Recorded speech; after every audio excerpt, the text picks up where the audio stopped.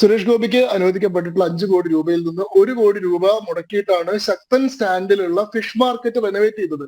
ഇതിന് സുരേഷ് ഗോപി വിജയിക്കാഞ്ഞിട്ട് പോലും തൃശൂർ കോർപ്പറേഷന് വേണ്ടി ഇത്രയും വലിയ തുക ചെലവഴിച്ചതിന് തൃശൂർ മേയർ ആയിട്ടുള്ള MK വർഗീസ് ബഹുമാനപ്പെട്ട സുരേഷ് ഗോപിക്ക് അയച്ചിട്ടുള്ള അഭിനന്ദനവും നന്ദിയും പറയുന്ന കത്ത് അദ്ദേഹം തന്നെ പുറത്തുവിട്ടിട്ടുണ്ട്. അദ്ദേഹം മുൻ കോൺഗ്രസ് നേതാവായിരുന്നു, കോൺഗ്രസ് വിമലായിരുന്നു. LDF പിന്തുണയോട് കൂടിയിട്ടാണ് അദ്ദേഹം മേയറായത്. അതുവരെ നിങ്ങളുടെ നേതാവായിരുന്നു. അതുവരെ നിങ്ങളുടെ നേതാവായിരുന്നു. ശരി, അപ്പൊ സമ്മതിച്ചു. അപ്പൊ ഇടതുപക്ഷമാണെങ്കിലും ഇടതുപക്ഷമാണെങ്കിലും വലതുപക്ഷമാണെങ്കിലും അംഗീകരിക്കുന്ന മട്ടിലുള്ള പ്രവർത്തനങ്ങൾ സുരേഷ് ഗോപി ചെയ്തിട്ടുണ്ട്. പിന്നെ തൃശൂർ ജില്ലയുമായി ബന്ധപ്പെട്ട ഏറ്റവും വലിയ ബേണിംഗ് ഇഷ്യൂ ആയിരുന്ന സഹകരണ ബാങ്ക് പ്രതിസന്ധിയിൽ നിക്ഷേപകരുടെ പണം മടക്കി കിട്ടാൻ വേണ്ടി മുന്നിൽ നിന്നുകൊണ്ട് ആ പ്രതിഷേധത്തെ നയിച്ചിട്ടുള്ള ആള്, കരുവന്നൂരില് ജനങ്ങളെ അടിനിരത്തിക്കൊണ്ട് മാർച്ച് നടത്തിയിട്ടുള്ള ആൾ സുരേഷ് ഗോപിയാണ്. ഇങ്ങനെ തൃശൂർ ജില്ലയിൽ നിരന്തരമായിട്ടുള്ള ഇടപെടൽ സുരേഷ് ഗോപി നടത്തിയിട്ടുണ്ട്. അങ്ങയുടെ ചോദ്യത്തിന് ഞാൻ ഉത്തരം പറഞ്ഞു എന്നാണ് ഞാൻ കരുതുന്നത്.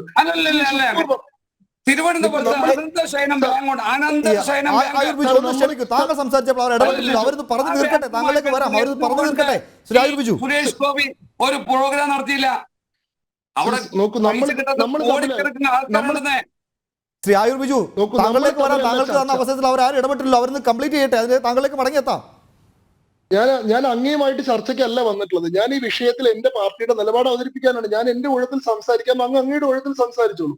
ഞാൻ ശ്രീ ഷുക്കൂർ പറഞ്ഞിട്ടുള്ള കാര്യങ്ങൾക്ക് മറുപടി പറയാമെന്ന് വിചാരിക്കുന്നു. കാരണം അദ്ദേഹം പറഞ്ഞത് മദനിക്ക് വേണ്ടി ഞങ്ങൾ എല്ലാവരും നിരാഹാരം കിടന്നിട്ടുണ്ട്.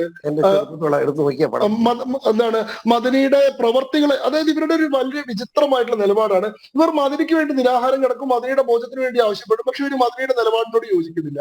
ഇവര് സിദ്ദിഖാപ്പന്റെ മോചനത്തിന് വേണ്ടി ആവശ്യപ്പെടും, പ്രധാനമന്ത്രിക്ക് കത്തയക്കും, അതിനുവേണ്ടി കേസ് നടത്തും. പക്ഷെ ഇവര് സിദ്ദിഖാപ്പന്റെ ആശയത്തോട് ഇവര് യോജിക്കുന്നില്ല. ഇവര് PFIയുടെ എന്താ പറയാ മുഖപത്രത്തിന്റെ പ്രസിദ്ധീകരണം നടത്തും, അതിന്റെ ആദ്യ വരിക്കാരാവും. പക്ഷെ ഇവര് PFIയോട് യോജിക്കുന്നില്ല. നിങ്ങളുടെ വിയോജിപ്പ് നിങ്ങൾ എവിടെയാണ് കാണിക്കുന്നത്? നിങ്ങൾ ഇവരുടെ എല്ലാ ക്രിമിനൽ കേസിലും ഇവർക്ക് വക്കാലത്ത് എടുത്തുകൊണ്ട് വരുന്നു. നിങ്ങൾ ഇവർക്ക് വേണ്ടി കോടതിയിൽ പോകുന്നു. നിങ്ങൾ ഇവർക്ക് വേണ്ടി നിയമസഭയിൽ പ്രമേയം അവതരിപ്പിക്കുന്നു. നിങ്ങൾ ഇവർക്ക് വേണ്ടി നിരാഹാരം കിടക്കുന്നു. പിന്നെ ചർച്ചയിൽ വന്നിട്ട് ഞങ്ങൾ ഇവരോട് ആശയപരമായിട്ട് യോജിക്കുന്നില്ലെന്ന് പറയുന്നതിൽ എന്തർത്ഥമുള്ളത്? ശ്രീമാൻ ഷുക്കൂർ, അങ്ങയുടെ പാർട്ടിയുടെ ഒരു നേതാവ് RSSന്റെ മുഖവാരികയായിട്ടുള്ള കേസരി വരുത്തുകയും കേസരി സ്വീകരിക്കുന്ന ഒരു ചിത്രം ഫേസ്ബുക്കിൽ പോസ്റ്റ് ചെയ്യുകയും ചെയ്താൽ നാളെ അദ്ദേഹത്തിന് RSS ബന്ധമുണ്ട് എന്ന് നിങ്ങൾ ന്യായമായിട്ട് ആരോപിക്കില്ലേ? അതോ അദ്ദേഹത്തിന് RSS ബന്ധമില്ല, ഒരു വാരിക വരുത്തുക മാത്രമാണ് എന്ന് നിങ്ങൾ പറയൂ? TN പ്രതാപൻ, SDPI നേതാക്കന്മാർ, SDPIയുടെ ക്രിമിനലുകൾ ഒരു യൂത്ത് കോൺഗ്രസ് നേതാവിനെ കൊലപ്പെടുത്തിയതിന് മാസങ്ങൾക്ക് ശേഷം SDPIക്കാരെ തന്റെ വീട്ടിലേക്ക് വിളിച്ചു വരുത്തി അവരുടെ PFIയുടെ ജില്ലാ പ്രസിഡന്റിൽ നിന്ന് അവരുടെ മുഖപത്രം സ്വീകരിക്കുകയാണ്, വരിക്കാരനാവുകയാണ്.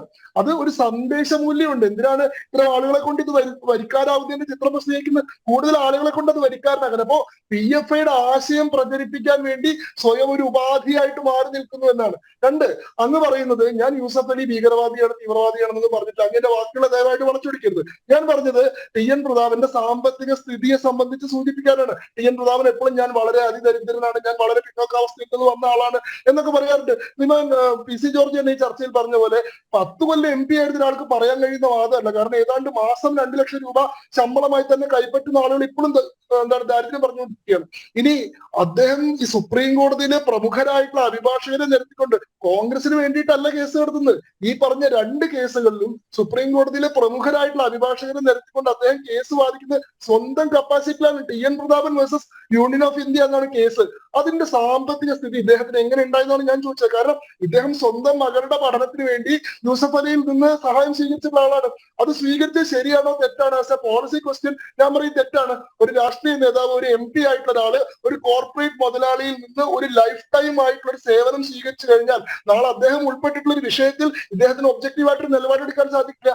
നാളെ യൂസഫ് അലി ഉൾപ്പെട്ടിട്ടുള്ള ഒരു വിഷയത്തിൽ ഒരു MP എന്നുള്ള രീതിയിൽ ജനങ്ങൾക്ക് വേണ്ടി നിലകൊള്ളാൻ സാധിക്കില്ല. അദ്ദേഹത്തിന്റെ മുൻപേയുള്ള കടം, അദ്ദേഹത്തിന്റെ പ്രതിബദ്ധത അങ്ങോട്ട് സ്റ്റാൻഡ് ആയിരിക്കും. അപ്പോ അവിടെ കോംപ്രമൈസ് വരും, കോൺഫ്ലിക്ട് ഓഫ് ഇൻട്രസ്റ്റ് വരും. അതുകൊണ്ട് ധാർമ്മികമായിട്ട് അത് ശരിയാണെന്ന് എനിക്ക് അഭിപ്രായമില്ല. വ്യക്തിപരമായിട്ട് അദ്ദേഹത്തിന്റെ തീരുമാനമാവാം. വ്യക്തിപരമായിട്ട് ആ തീരുമാനത്തിന് പിന്നിൽ എന്തെങ്കിലും മതപരമായിട്ടുള്ള പ്രചോദനം ഉണ്ടെന്ന് ഞാൻ പറഞ്ഞിട്ടില്ല. ഞാനത് സാമ്പത്തിക സ്രോതസ്സുമായി ബന്ധപ്പെട്ട വിഷയത്തിലാണ് സൂചിപ്പിച്ചിട്ടുള്ളത്.